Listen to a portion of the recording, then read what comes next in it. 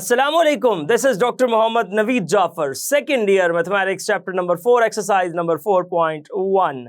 आज के इस लेक्चर के अंदर हम बात करने जा रहे हैं आपकी इस एक्सरसाइज की क्वेश्चन नंबर 9, 10 एंड 11 की। सो किस तरह से होंगे ये क्वेश्चन सॉल्व, आइए चलते हैं व्हाइट बोर्ड की जानिब और देखते हैं इनके सॉल्यूशंस। जी, तो क्वेश्चन नंबर 9 की स्टेटमेंट के अंदर आपको ये बात नजर आ रही है कि एक पॉइंट है H1, ए पॉइंट है, बी पॉइंट है 2, 7 और C पॉइंट है -6 and -7 are the vertices of the right triangle with the right angle is at vertex A। Same आपका क्वेश्चन नंबर 6 ऐसा ही है, एग्जैक्टली ऐसा ही है, वो हमने प्रोसीड किया लास्ट लेक्चर के अंदर। इसमें इसको लेके चलते हैं, right angle is at vertex A, कोई ऐसा इशू नहीं है। आपने आगाज़ करना है, तीनों पॉइंट्स जो गिवन है वो यहाँ पे लिख लेने हैं और इनके डिस्टेंसेस को फाइंड कर लेना है। सो गिवन दैट, अगर मैं गिवन पॉइंट्स को यहाँ पे मेंशन करता चलूँ तो मेरे पास जो पॉइंट A है वो है H1, जो पॉइंट B है वो मेरे पास है 2, 7 और जो पॉइंट C है वो ऑब्वियसली -6 एंड -7। ये तीन पॉइंट्स हैं। राइट एंगल जो है वो मेरा वर्टेक्स A के ऊपर मौजूद है। सो अगर मैं राइट एंगल को वर्टेक्स A के ऊपर रखता हूँ, सो आप देखिएगा यहाँ से अगर मैं इसकी हल्की सी एक डायग्राम बना के आपको समझाने की कोशिश करता हूँ कि डायग्राम क्या बन रही है। अगर हम राइट एंगल को वर्टेक्स A पे रखते हुए चलते हैं तो ये आपके पास आ गया। यहाँ पे साथ इसके ऊपर वर्टेक्स A पे 90 डिग्री बनाएं। ये आप वर्टेक्स A पे ले जाइए, लेट्स से दैट इसको वर्टेक्स A मान लीजिए। ये 90 डिग्री पे मैंने इसका वर्टेक्स बनाया और अब मैं इसके बिल्कुल इस अंदाज से चलता हुआ जाता हूँ और ये हम यहाँ पर रख लेते हैं। नहीं जी, ये यहाँ से इसको ड्रॉ कर देते हैं। ये तीनों वर्टिसेस बना दिए। यहाँ पे उसने कहा कि A के ऊपर आपने रखना है इसको, H1 को।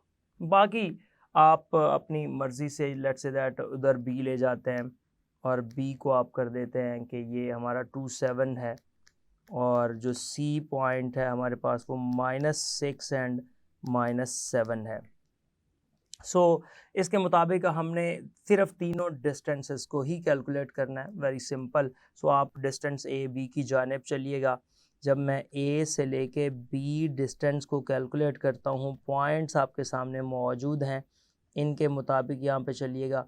ये आपके पास A के B के दरमियान जो डिस्टेंस आएगा वो आपके पास आ जाएगा 2 -h² प्लस यहाँ से आ जाएगा 7 -1²। सो ये बन जाएगा 2 -h² जो कि आपके पास एग्जैक्टली बन रहा है और इधर इसका डिस्टेंस का स्क्वायर भी ले लीजिए क्योंकि आगे आपको ज़रूरत है इनकी। सो A B का स्क्वायर लेंगे, इधर स्क्वायर रूट कैंसिल हो जाएगा। ये आ जाएगा 4 +h² और 4 +h² के बाद -4h और यहाँ पे आपके पास एग्जैक्टली 6 का स्क्वायर, जो कि 6 का जब आप स्क्वायर करेंगे तो वो 36 आ जाएगा। सो ये बन रहा है h² -4h + 14, यहाँ नंबर 1 कह दीजिए। ये आपने फाइंड किया है A से लेके B, यानी कि ये परपेंडिकुलर वाली बात आप कह दें। अब हम फाइंड कर लेते हैं नेक्स्ट, जो कि AC है और फिर आगे मूव करते हैं इससे। A से C के दरमियान जो डिस्टेंस है वो आप देखिए, अगर आप A से C के दरमियान मूव करते हुए जाते हैं तो आपके पास इधर से इधर आए H -- तो ये आपके पास H + 6 आ जाएगा। x1 - x2 या x2 - x1 से फ़र्क नहीं पड़ता, ये बात हम बार बार कर चुके हैं। उसके बाद 1 -+ 7 करते हैं तो आपके पास 8 बन जाता है। तो आप इसके मुताबिक देखिएगा 1 + 7² लें जी, ये आ गया। अब इससे आगे निकलते हैं और ये लिखता हूँ मैं यहाँ पे h² और इसका भी स्क्वायर ले लेते हैं चूँकि AC का ये स्क्वायर है। तो ये आपके पास एग्जैक्टली बन जाएगा h², यहाँ पे ये आ जाएगा h² + 36 + 12h और प्लस ये आपका जो 1+7 स्क्वायर है, 1+7 का जब आप स्क्वायर कर देते हैं तो वो एक्चुअली 8 स्क्वायर बनता है। तो 8 का जब आप स्क्वायर करेंगे तो वो 64 बन जाएगा। ये एक दफ़ा स्क्वायर लिख के अगले लम्हे में मैं इसको कर रहा हूँ, तो ये आ जाएगा h स्क्वायर प्लस 12h, ये 64 और ये 36, तो ये आपके पास एग्जैक्टली मिला के 100 बन जाएगा। इसको नंबर 2 कह देते हैं। दो आपके पास सिचुएशंस बन गई। आगे चलता हूँ और ये थर्ड वन सिचुएशन की बात अगर करता चलूँ तो वो मेरे पास क्या बन रही है, ए सी स्क्वायर और फिर नेक्स्ट थर्ड वन, और थर्ड वन आपके पास एग्जैक्टली जो डिस्टेंस है वो बी से लेके सी तक का डिस्टेंस आएगा। सो बी से सी तक के डिस्टेंस की अगर मैं बात करता चलूँ तो बी से सी तक का जो डिस्टेंस है वो आपके पास देखें क्या आता है, बी सी डिस्टेंस। तो बी से सी तक का जो डिस्टेंस है वो एग्जैक्टली क्या बन रहा है, दोनों पॉइंट्स जो बी और सी हैं उसको मिलाते जाएंगे तो वो एक 2 7 है, एक -6 और -7 है। सो जब इसके मुताबिक मैं इसको देखता हूँ तो -6 -2 आ रहा है, एक -6 -2 स्क्वायर और प्लस आपके पास जो नेक्स्ट बन रहा है -6 -2 के बाद वो आपके पास एग्जैक्टली -7 -7 बन जाएगा। तो -7 -7 स्क्वायर लें जी, ये आपका -8 स्क्वायर आ रहा है और ये आपका -14 स्क्वायर आ रहा है। सो इन दोनों को जब हम सॉल्व करते हैं तो एक तो 64 बन गया और एक आपके पास 196 बन गया, ये आ गया। अब इन दोनों को जब मैं ऐड अप करके लिखता हूँ तो मेरे पास जो सिनेरियो है वो है 260 स्क्वायर रूट बन रहा है, 260 स्क्वायर रूट, और जब इसका स्क्वायर ले लेते हैं तो वो ऑब्वियसली 260 आ जाता है। सो बी सी का जो स्क्वायर लिया वो आपके पास 260 आ गया। अच्छा, ये तीन वैल्यूज़ आ गई। अब हम इन तीन वैल्यूज़ के मुताबिक पाइथागोरस थ्योरम का पता है कि वर्टेक्स ए के ऊपर रहते हुए आपका पाइथागोरस थ्योरम क्या बन रहा है। सो मैं यहाँ पे उसी को लिखता हूँ और उससे आगे प्रोसीड करता हूँ। ये आपके पास आ जाएगा इसके मुताबिक। सो इसके मुताबिक जब मैं लिखूंगा तो ये क्या बन रहा है, B C square is equals to आपके पास जो नेक्स्ट वैल्यू बन रही है वो है ए बी स्क्वायर और प्लस ए सी स्क्वायर, ये आ जाएगा। ले जी, अब ये तमाम वैल्यूज़ यहाँ पे रखते जाइए और इसका रिज़ल्ट दिखा दीजिए। बी सी का स्क्वायर ऑब्वियसली आपने 260 निकाल के रखा हुआ है, ए बी का स्क्वायर जो है वो आपने एच स्क्वायर -4h + 40 निकाल के रखा हुआ है, और जो ए सी स्क्वायर है वो आपके पास एच स्क्वायर + 12h और +100 मौजूद है। सो ये आपने तमाम वैल्यूज़ को अब ऐड कर दिया। यहाँ जो इन दोनों को 140 को 40 और 100 को इस साइड पे ले आते हैं तो 260 - 140 is equals to h square और एच स्क्वायर मिलाएंगे तो 2 टाइम्स एच स्क्वायर बनेगा, -4h और 12h को मिलाएंगे तो हमारे पास प्लस का 8h बन जाएगा। सो यहाँ से इसको कंप्लीट करते हुए लिखता हूँ तो ये मेरे पास आ रहा है एग्जैक्टली यहाँ पे 120 बच रहा है, बिल्कुल जी, और ये 2h स्क्वायर है, यहाँ पे प्लस 8h है, 2 कॉमन लेके कैंसिल कर देंगे तो इधर आ जाएगा 60 is equals to h square plus 4h। लिहाजा हमारे पास सिचुएशन ये बन रही है कि h square plus 4h minus 60 is equals to 0। लें जी, अब इसके फैक्टर्स बना लें, क्वाड्रेटिक फार्मूला लगा दें, जो आपको यहाँ पे बेहतरीन लगता है उसके साथ आप इसको प्रोसीड कर लीजिए।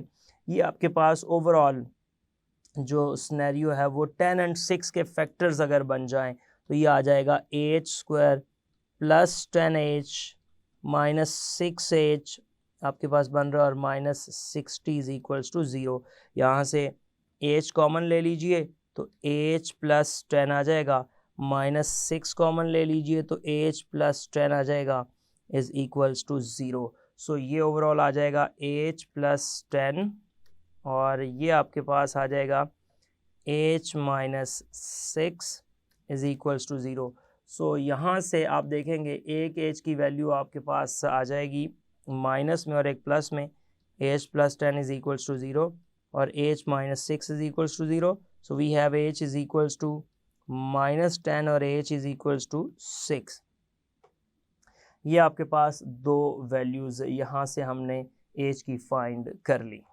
अब हम चलेंगे अपने नेक्स्ट क्वेश्चन नंबर 10 की जानिब। एक इंटरेस्टिंग क्वेश्चन है, उसकी स्टेटमेंट को देखते हैं और फिर उसके मुताबिक उसको प्रोसीड करते हैं।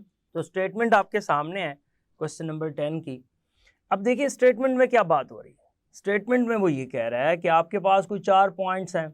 एक पॉइंट आपके पास 9, 3 है, एक पॉइंट आपके पास -7 और 7 है, एक पॉइंट आपके पास -3 और -7 है, और जो लास्ट पॉइंट आपके पास वो 5 और -5 है। ये वर्टिसेस हैं एक क्वाड्रिलेटरल एक ऐसी शेप होती है जो इर्रेगुलर 4 साइडेड शेप है, यानी कि उसकी कोई प्रॉपर आप कहें कि आप उसको नाम नहीं दे सकते कोई प्रॉपर किसी डायग्राम का। ऐसी हर उस शेप को क्वाड्रिलेटरल कहते हैं जिसकी 4 साइड्स 4 एंगल्स होते हैं। अगर आप इन पॉइंट्स के मुताबिक देखते हैं, लेट्स से दैट मैं बात करता हूं 9, 3 की, तो जो 9 3x की डायरेक्शन में 9 y की डायरेक्शन में 3, फर्ज करें मैंने कहा यहां पे कहीं 9 3 पड़ा हुआ है, ए पॉइंट है 9 3। अब देखिए अगर यहां पे कहीं 9 3 पड़ा हुआ है तो बी पॉइंट है -7 और 7। इधर इस डायरेक्शन में चलते चलते -7 पे लेट्स आ गए, ऊपर की डायरेक्शन में चलते चलते 7 पे चले गए, तो यहां पे पड़ा हुआ है कोई पॉइंट बी जिसको मैं -7 और 7 कह रहा हूं। फिर हम आते हैं -3 और -7 पे। तो देखें -3 और -7 पे आते हुए मैं यहां से जब डाउनवर्ड डायरेक्शन में जाऊंगा -3 और -7 पे, तो लेट्स से दैट इसके पैरेलल चलते हुए आप कहीं यहां आना चाहते हैं सी पॉइंट पे। तो ये आपका जो पॉइंट कहीं पे मौजूद है, इस पॉइंट को मैं नाम दे रहा हूं कि ये पॉइंट मेरे पास -3 और -7 है, और जो डी पॉइंट है वो 5 और -5 है, 5 और -5। तो 5 की जानिब चलेंगे हम, थोड़ा सा यहाँ पे आ गए, और जब हम बात करते हैं -5 की, तो ये आपके पास 5 और -5 के मुताबिक ये सिचुएशन कोई अराउंड इस जगह पे आ जाती है। तो यहाँ पे आपने इसको 5 एंड इस पॉइंट को लगा देना है। लें जी, अब आप इनको ज्वाइन करें और देखें कि ज्वाइन करने से आपके पास जो शेप बन रही है वो क्या बन रही है। तो मैंने पहले अर्ज किया कोई भी 4 साइडेड जो शेप होती है ना वो क्वाड्रिलेटरल कहलाती है। वो कोई भी एक इर्रेगुलर सी शेप आपके पास बन जाती है। यही तो इस क्वेश्चन का हुस्न होगा कि आप ऐसी एक इर्रेगुलर शेप्स को भी मिलाएंगे तो आपके पास सिनेरियो क्या बनेगा। ये एक क्वाड्रिलेटरल आप बना रहे हैं, मैं अगर इसको बस शो कर दूं आपके सामने, ये एक क्वाड्रिलेटरल है, इसको हम इससे ज्वाइन करते हैं। अच्छा जी, अब हमने ऊपर वाले इन दोनों साइड्स को ज्वाइन करना है। तो आप अगर देखें तो ए बी सी और डी को अब हम बी से ज्वाइन करने की बात अगर करें, थोड़ा सा आगे लेके आए, इन दोनों पॉइंट्स को ज्वाइन कर दें। यहाँ से ये दोनों पॉइंट्स ज्वाइन कर दिए, और अब वो जो आपके ए और बी हैं ज़रा उनको भी ज्वाइन कीजिएगा। तो ये जो इस टाइप की कुछ शेप आपके सामने, आपकी नज़रों के सामने एक शेप बन रही है, इस शेप को हम क्वाड्रिलेटरल कहते हैं। ये कोई भी 4 साइडेड पॉलीगॉन हो सकती थी, कोई भी 4 साइडेड। अब देखें फर्ज करें जी वो इस टाइप की शेप बन गई। अब देखें 4 साइडेड इस पॉलीगॉन में, पहले तो उसने कहा इसके मिड पॉइंट्स को फाइंड कीजिए। मैंने ए बी और इसको सी और इसको डी का नाम दिया। डी पॉइंट मेरे पास जो मौजूद है वो 5 -5 है। अब देखें इनके मिड पॉइंट्स की जानिब जाना है, तो मिड पॉइंट्स की जानिब चलते हैं। डी तक आप आ गए, आगे आप ई एफ जी एच तक चले जाइए। लेट्स से दैट मैं इसका जो मिड पॉइंट है उसको कह देता हूँ कि ये जी हमारे पास ई है, इसका जो मिड पॉइंट है उसको मैं कह देता हूँ कि ये हमारे पास एफ है, इसका जो मिड पॉइंट है उसको मैं कह देता हूँ मेरे पास जी है, और इसका जो मिड पॉइंट है उसको मैं कह देता हूँ ये मेरे पास एच है। पहले तो इस मिड पॉइंट्स को फाइंड कीजिए अकॉर्डिंग टू द स्टेटमेंट जो वहाँ पे डिमांड की गई है। सो उस स्टेटमेंट की जानिब चलें, लेकिन उससे पहले ये गिवन पॉइंट्स बता दें कि आपका ए क्या है। आपका ए है 9 3, आपका बी क्या है -7 एंड 7, आपका सी क्या है वो आपके पास -3 एंड -7, और आपका डी क्या है वो आपके पास 5 एंड -5 है। सो ये चारों पॉइंट्स मौजूद हैं। अब आपने क्या करना है, इसके मुताबिक ज़रा चलते हुए इन मिड पॉइंट्स को फाइंड कीजिए। सो आप देखेंगे कि E is the mid point. एक एक बात को लेके चलते जाइए। ई इज़ द मिड पॉइंट किसका है, किन दो पॉइंट्स को ज्वाइन करने का है। E is the midpoint of आपके पास जो ए और बी आ रहा है। So E is the midpoint of A B. That means कि ई इज़ इक्वल्स टू, अगर आप यहाँ से फाइंड कर लेते हैं तो E is equals to E of, अब फॉर्मूला आप जानते हैं x1 + x2/2 y1 + y2/2। तो अगर आप ए बी की बात कर रहे हैं तो 9 - 7/2 और 3 + 7/2। तो इस तरह से कोई सीन बनेगा, ये आपके पास आ जाएगा। सो आप देखिएगा यहाँ से जो ई आपके पास बन रहा है 9 - 7 which is 2/2, actually that is 1। सो ये 1 आ गया, ये आपके पास 5 आ जाएगा। सो ई आपने फाइंड कर लिया और वो आपके पास एग्जैक्टली क्या बन गया है वो आपने यहाँ से देखा 1 एंड 5। उसके बाद इससे आगे मूव करता हूँ और अगले मरहले की जानिब चलता हूँ। तो अब ई के बाद इससे अगली बात करता चलूँ तो नेक्स्ट हमारे पास मिड पॉइंट कौन सा है, एफ़। सो आप सारे मिड पॉइंट्स ऐसे ही फाइंड करते जाइए, एफ़ की जानिब अब मूव कीजिए। F is the midpoint of, ये मिड पॉइंट है हमारे पास बी और सी का। सो एफ इज इक्वल्स टू, इसको मैं लिख देता हूँ एफ ऑफ, ये जो मिड पॉइंट यहाँ पे मौजूद है इसको मैं लिख रहा हूँ माइनस, आपके पास आ रहा है 7 और -3, -7 -3 डिवाइडेड बाय 2, और जो इसका y कोऑर्डिनेट है वो है 7 + -7 डिवाइडेड बाय 2। सो हमारे पास आ जाएगा -10/2, 0/2, f ऑफ -5 एंड 0। तो आपके पास ये इस तरह से f ऑफ -5 एंड 0 पे कहीं लाए करता है। आगे बढ़ता हूँ और इससे अगली बात की जानिब चलता हूँ। नेक्स्ट पॉइंट की जानिब जब चलते हैं, ये -5 एंड 0 आ गया आपके पास। जी पॉइंट किसका मिड पॉइंट है उसकी जानिब चलते हैं। G is the midpoint of, ये आपके पास मिड पॉइंट है जी किस किस का, किन दो पॉइंट्स का ये मिड पॉइंट बन जाता है। G is the midpoint of, ये आपके पास आ जाता है, दो पॉइंट्स हैं आपके पास सी एंड डी, सी डी का। सो जी को फाइंड कीजिए। सो जी पॉइंट आपके सामने कुछ इस तरह से है, -3 + 5/2 और -7 +, ये इस तरह लिख लें बेशक एक दफ़ा, और डिवाइडेड बाय 2। सो यहाँ से देखिएगा क्या बनता है, g इज़ इक्वल्स टू, ये आपके पास आ रहा है 5 - 3 2 2/2, और ये आपके पास आ रहा है -12/2। सो ये जो आपका पॉइंट यहाँ बनने जा रहा है वो आपके पास एग्जैक्टली 1 एंड माइनस 6 बन रहा है। सो मैं यहाँ पे g ऑफ 1 एंड माइनस 6 की बात करता हूँ कि ये पॉइंट आपका यहाँ पे बनेगा।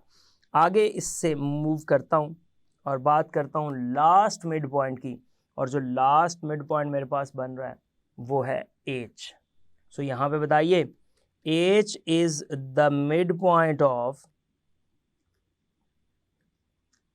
h is the mid point, किसका मिड पॉइंट, h किसका मिड पॉइंट है, h मिड पॉइंट है आपके पास d और a का, या a और d का।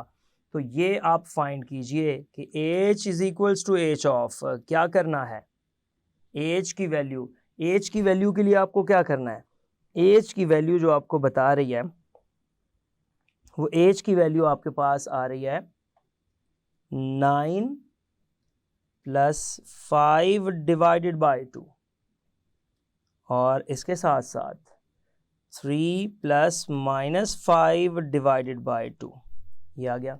नहीं जी, इसको ज़रा प्रोसीड करते हैं और देखते हैं क्या रिजल्ट बनता है इसका। ये आ जाएगा हमारे पास h ऑफ 14 बाई 2, और ये क्या आ रहा है 3 plus minus 5 which is actually minus 2 over 2। So h point जो बना हमारे पास वो बन गया 7 एंड माइनस 1।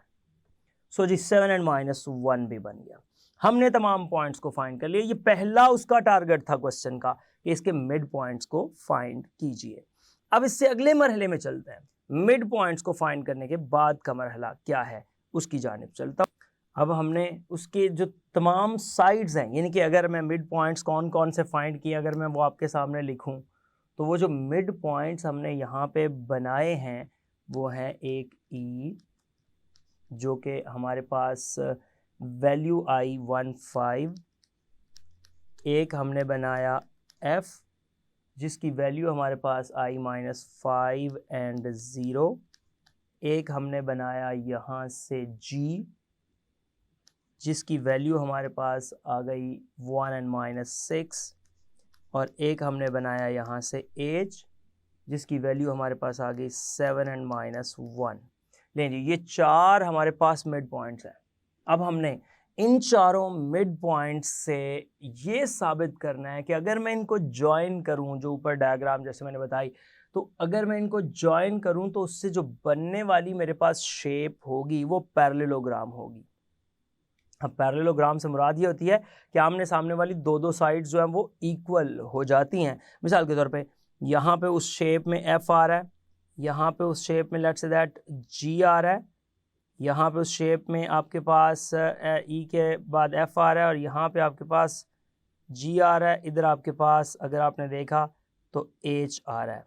अब हमने ये साबित करना है कि अगर हम इसको जॉइन कर देते हैं, यहाँ से इसको जॉइन कर देते हैं, तो आप इसका जो जॉइन हासिल करते हैं ना, वहाँ से हम ये साबित करना चाहते हैं कि इसका जो जॉइन वहाँ से बनता है वो एक पैरेललोग्राम बनता है।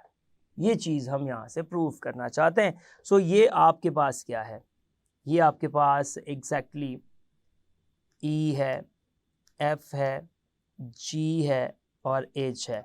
सो इस EFGH के मुताबिक हम क्या साबित करना चाहते हैं, हम ये साबित करना चाहते हैं कि जो आपका EF डिस्टेंस है ये HG डिस्टेंस के इक्वल है।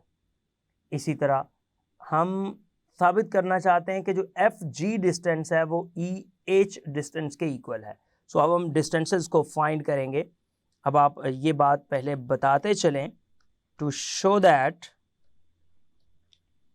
ये बात साबित करनी है हमने कि जो डिस्टेंस E से लेके F तक का है ये डिस्टेंस H से लेके G तक का है, और जो डिस्टेंस E से लेके H तक का है ये डिस्टेंस आपका F से लेके G तक का है। ये डिस्टेंसेस को हम यहाँ पे फाइंड करना चाहते हैं। सो आइए इन डिस्टेंसेस की जानिब चलते हैं। पॉइंट्स आपके सामने मौजूद हैं। आप पहले डिस्टेंस फाइंड कीजिए EF का, एक एक करके इन तमाम डिस्टेंसेस को यहाँ से कैलकुलेट कीजिए। EF distance that is equals to, देखें E से F E से लेके F तक का डिस्टेंस है, तो ये आ जाएगा डिस्टेंस फॉर्मूला के मुताबिक -5 -1 इसका स्क्वायर प्लस 0 - 5 इसका स्क्वायर और इसका ओवरऑल स्क्वायर रूट। ये आ गया। नहीं जी, इसको ज़रा गौर कीजिएगा कि ये क्या बनता है। ये आपके पास बन जाएगा -6 स्क्वायर, ये आपके पास बन जाएगा -5 स्क्वायर इसका स्क्वायर रूट, ये बन जाएगा 36 प्लस 25 इसका स्क्वायर रूट, तो ये बन रहा है 61 स्क्वायर रूट। ओवरऑल जब आप इसको देखते हैं तो ये आपके पास आ जाएगा 61 स्क्वायर रूट। मतलब ये है कि जो E से लेके F के दरमियान डिस्टेंस है वो 61 स्क्वायर रूट के इक्वल है, और इसको मैं नंबर 1 कह देता हूँ। अगले डिस्टेंस की जानिब चलते हैं। जो दूसरा डिस्टेंस आपके पास है वो है, एक आपने EF फाइंड कर लिया। चारों डिस्टेंसेस पहले देख लेते हैं और फिर हम कंपैरिजन कर लेंगे। आपने EF फाइंड कर लिया। अब EF के बाद जो अगला डिस्टेंस आप फाइंड करना चाहते हैं, लेट्स से दैट वो FG पे आ जाए, फिर GH और फिर EH की जानिब चले जाएंगे। अब FG डिस्टेंस पे आ जाते हैं, तो F से लेके G तक का डिस्टेंस क्या है? F से लेके G तक का distance according to the distance formula हमारे पास चलते हैं, तो FG डिस्टेंस जो है ये 1 + 5 का स्क्वायर आ जाएगा प्लस -6 - 0 का स्क्वायर, ये आ जाएगा। ये आ जाएगा 1 + 5 6 और 6 का स्क्वायर करेंगे हम यहाँ से, प्लस यहाँ पे भी -6 है तो ये उसका स्क्वायर कर देंगे, स्क्वायर रूट आ जाएगा। तो हमारे पास ओवरऑल मिला के ये बन रहा है 36 + 36 इस तरह से। ये आ जाएगा 2 × 36 इस तरह से, तो ये आ जाएगा 6 × √2। इसको नंबर 2 का नाम दे देते हैं। FG डिस्टेंस आ गया जी। तो अब हम इसका जो GH डिस्टेंस है वो फाइंड करते हैं। तो ज़रा गौर कीजिएगा, G से लेके H तक का जो डिस्टेंस है वो क्या आएगा? Square root. आपके पास स्क्वायर रूट के बाद क्या रह जाएगा? 7 - 1 स्क्वायर प्लस, नेक्स्ट आपके पास आ रहा है -1 + 6, -1 + 6 स्क्वायर, ये बन जाएगा 6 स्क्वायर, ये बन जाएगा 5 स्क्वायर, उसका स्क्वायर रूट, ये बन जाएगा 36 और 25, तो ये बन रहा है 61 स्क्वायर रूट, जो कि नंबर 3 पे इक्वेशन आ जाएगी। नहीं, ये 3 वाली होगी। अब नंबर 4 पे चलते हैं और उसको देखते हैं। नंबर 4 पे हमारे पास क्या है, और वो 4 का जो डिस्टेंस है वो है E to H, E से लेके H तक का डिस्टेंस। अब E से लेके जो H तक का डिस्टेंस है उस पर डिस्टेंस फॉर्मूला लगाइए, और वो आपके पास आ रहा है 7 - 1 स्क्वायर और प्लस -1 - 5 स्क्वायर, ये आपके पास आ जाएगा 7 - 1 विच इज एक्चुअली 6 स्क्वायर, और ये -6 स्क्वायर, ये आ गया। ये आपके पास आ जाएगा 36 + 36, तो एग्जैक्टली ये 2 × 36 आ जाएगा। तो ये आ जाएगा 2 × 36 स्क्वायर रूट, ये आ जाएगा इसका आंसर 6 और इसका आंसर स्क्वायर रूट 2, तो इसको नंबर 4 कह दें। सो अब आप क्या करेंगे, अब आप ज़रा गौर कीजिएगा, बाय आपके पास जो 1 और 3 है, 1 और 3, वो 1 और 3 को जब आप मिलाते हैं तो आपके पास जो इसका रिजल्ट बन रहा है वो आप देख रहे हैं कि आपका जो ई एफ डिस्टेंस है ये इक्वल्स हो रहा है जी एच डिस्टेंस के, ये जी एच डिस्टेंस के इक्वल्स हो रहा है। और जो दूसरा आपका डिस्टेंस है बाय, यहां पे लिख देता हूं 2 and 4, 2 और 4 को मिलाने से जो डिस्टेंस बन रहा है वो आपका बन रहा है F G distance, that is equals to E H distance. ये दोनों डिस्टेंसेस यहाँ पे एक जैसे आ गए। सो ये दोनों डिस्टेंस सेम है, वो ऊपर वाले दोनों डिस्टेंस सेम है। तो इससे पता चला कि आपके दो डिस्टेंसेस जब इस तरह से सेम आ जाते हैं तो आप कहते हैं कि जो इससे बनने वाली फिगर है वो फिर क्या बनती है। आप देखिए वो फिर आपके पास क्या बनती है, वो आपके पास बन जाती है पैरेललोग्राम। आपने इस बात को इससे साबित कर दिया कि आपकी बनने वाली जो शेप है उसको हम पैरेललोग्राम कहते हैं। ये आपका ये क्वेश्चन था। अब हम इसके क्वेश्चन नंबर 11 की जानिब मूव करते हैं। कहता है फाइंड एच, आपने एच को फाइंड करना है। एच को फाइंड करना है कि such that the quadrilateral with the vertices. अब ये क्वाड्रिलेटरल कह दिया तो मतलब 4 वर्टिसेस है उसके अंदर, सच दैट, अब वो 4 वर्टिसेस क्या है। अब वो देखिएगा जो आपके पास यहां पे क्वाड्रिलेटरल है वो आपके पास एक्चुअली क्या है। अब वो जो क्वाड्रिलेटरल बन रही है वो आपके पास यहां पे किन वर्टिसेस से बन रही है। अब वो वर्टिसेस मैं यहां पे लिखने जा रहा हूं। एक वर्टेक्स आपको जो बताया गया है वो है -3 और 0। एक वर्टेक्स आपको बताया गया है वो है 1 and -2। एक वर्टेक्स आपको बताया गया है वो है 5 and 0। और लास्ट वर्टेक्स जो आपको बताया गया है वो है 1 and h। कहता है h आपके पास मौजूद है। अब आपने करना क्या है, ये बताना है कि ये h क्या है और इन तमाम वर्टिसेस से बनने वाली जो क्वाड्रिलेटरल है वो एक्चुअली पैरेललोग्राम है। और एंड पे जाके वो पूछता है कि इज इट अ स्क्वायर। तो वो आखिरी पोर्शन भी हम करेंगे कि क्या वो सवाल के आखिरी पोर्शन में पूछता है कि इज इट अ स्क्वायर। अब स्क्वायर है तो उसके लिए क्या करना है उसकी जानिब भी चलते हैं, लेकिन पहले तो सीधी सी बात है मुझे चाहिए यहां से h की वैल्यू।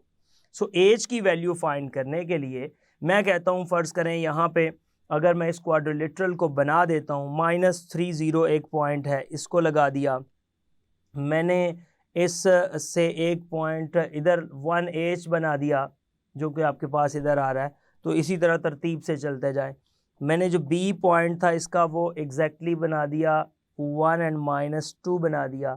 जो c पॉइंट था मेरे पास वो यहाँ पे मैंने 5 and 0 बना दिया। तो इस तरह से ये पॉइंट्स को मैं लगाता गया और फिर इसको आगे प्रोसीड करता जाऊंगा। इस तरह से आपने इन चारों पॉइंट्स को यहाँ पे प्लॉट कर दिया। तो डी पॉइंट जो आपके पास यहाँ पे बन रहा है आपने वो भी बता देना है वो 1h है। अच्छा बड़ी सिंपल सी बात है, दो साइड्स की लेंथ को आप सेम रख के कि अगर आप लेट्स से दैट इस साइड की लेंथ को इस साइड की लेंथ के इक्वल रख लेते हो तो यहाँ से आपको इसका रिजल्ट मिल जाता है। अगली बात आपको करने की ज़रूरत नहीं पड़ती। अब आपने अगर ये इक्वल रखना है, लेट्स से दैट मैं कहता हूँ कि आप ऐसे करें कि चूंकि ये पैरेललोग्राम है, अब पैरेललोग्राम के अंदर ये होता है कि आपकी दो साइड्स सेम हैं, आमने सामने वाली दो साइड सेम है। सो मैं ये कह देता हूं कि जो A से लेके B तक का डिस्टेंस है ये इक्वल है C से लेके D तक के डिस्टेंस के। सो इन दोनों डिस्टेंसेस को फाइंड करके हम यहाँ से h की वैल्यू फाइंड कर लेते हैं। सो जी दोनों डिस्टेंसेस चेक करें क्या है। दोनों डिस्टेंसेस आपके पास जो आ रहे हैं आप बेशक पैरेलली चलाते जाएं। एक तरफ बन रहा है 1 + 3 स्क्वायर और उनके पॉइंट्स को पुट कर रहा हूं मैं माइनस ये इसका स्क्वायर और इसका स्क्वायर रूट इक्वल, ये देखते हैं यहां से 1 - 5 स्क्वायर 1 - 5 स्क्वायर और इसका डिस्टेंस मैंने बनाना है विद h - 0 स्क्वायर। इसके साथ। अच्छा जी, अब देखें यहाँ से ये आ जाएगा 4 स्क्वायर जो कि 16 बन जाएगा और ये 4 बन जाएगा। इधर आ जाएगा 4 स्क्वायर माइनस 4 स्क्वायर जो कि 16 बनेगा और प्लस 8 स्क्वायर आ जाएगा। तो बड़ी सिंपल है भाई, इस दोनों तरफ स्क्वायर भी ले लिया और साथ इसको इससे कैंसिल कर दिया। अब जब कैंसिल किया तो मेरे पास एच स्क्वायर किसके इक्वल आ गया, 4 के, जहाँ से पता चला कि मेरे पास जो एच है वो प्लस माइनस 2 आ जाएगा। अब अगर एच प्लस माइनस 2 आ रहा है तो अब देखें होगा क्या। अब एच के प्लस माइनस 2 आने पर मैं ये कह सकता हूं कि अगर एच माइनस 2 है, देखिएगा अगर एच माइनस 2 मैं ले लेता हूं, इफ एच माइनस 2, देन अब देखें वो जो डी पॉइंट है वो क्या बनेगा, देन डी जो बन जाएगा वो एग्जैक्टली आपका पता क्या बनेगा, वो बन जाएगा, चूंकि आपने उसके मुताबिक ये करना है, वो बनता हुआ नजर आएगा आपको 1 एंड माइनस 2। बट आपका जो बी पॉइंट है अगर आपने गौर किया हो तो वो भी 1 एंड माइनस 2 है। So it is not possible, क्योंकि क्वाड्रिलेटरल है, 4 आपके नॉन कोलिनियर और डिसजॉइंट डिफरेंट पॉइंट्स होने चाहिए, लिहाजा आप फिर ये कह देते हैं कि जो आपका एच है वो 2 के इक्वल है। तो वहां से पता चलता है कि जो आपका डी पॉइंट है वो 1 एंड 2 बन जाता है। ले जी, ये पॉइंट तो आ गया। अब उसने कहा था कि शो करें कि क्या ये जो सिचुएशन बन रही है ये स्क्वायर को जन्म देती है। तो उससे ये होता है कि आपने दो डायगोनल्स को चेक करना होता है कि क्या इसके डायगोनल्स सेम है। सो डायगोनल्स जो इसके बन रहे हैं, टू चेक, इसको बता दें, to check either it is square और नॉट, तो आपने क्या करना है, अगर आप ये चेक करना चाहते हैं कि आया कि ये स्क्वायर है या नहीं है, तो आप इसको देखेंगे कि जो डिस्टेंस आपका ए सी है ये इक्वल होना चाहिए डिस्टेंस बी डी के, दोनों जो आपके वो बन रहे हैं। अब आप जब डिस्टेंस ए सी की बात करते हैं तो आपका जो डिस्टेंस ए सी बन रहा है वो आपके पास बन रहा है 5 + 3 स्क्वायर और 0 - 0 स्क्वायर। इसको जब मैं करता हूं तो ये तो मेरे पास बन जाता है 8, ये देखना बनेगा 8 स्क्वायर स्क्वायर रूट और ये बन जाएगा 8। जब मैं डिस्टेंस बी डी की बात करता हूं तो ये जो बी और डी का डिस्टेंस है ये मेरे पास आ रहा है 1 - 1 स्क्वायर प्लस 2 + 2 स्क्वायर। तो ये जो 1 - 1 है ये तो 0 हो गया, 2 + 2 4, तो ये 4 का स्क्वायर स्क्वायर रूट, यानी कि ये 4 बन रहा है। अब बड़ा वाज़ेह तौर पे ये बात का पता चल गया कि ये दोनों डिस्टेंसेस इक्वल नहीं है, तो which implies that A C does not equals to B D. Hence आप ये बात कह सकते हैं कि जो पैरेललोग्राम आपके पास मौजूद है A B C D is not a square, वो आपके पास किसी स्क्वायर को रिप्रेजेंट नहीं करती। जी, तो देखा आपने किस तरह से हमने क्वेश्चन को परफॉर्म किया। ये था आज का lecture. Hope so you understand the today's lecture. This is end of our lecture.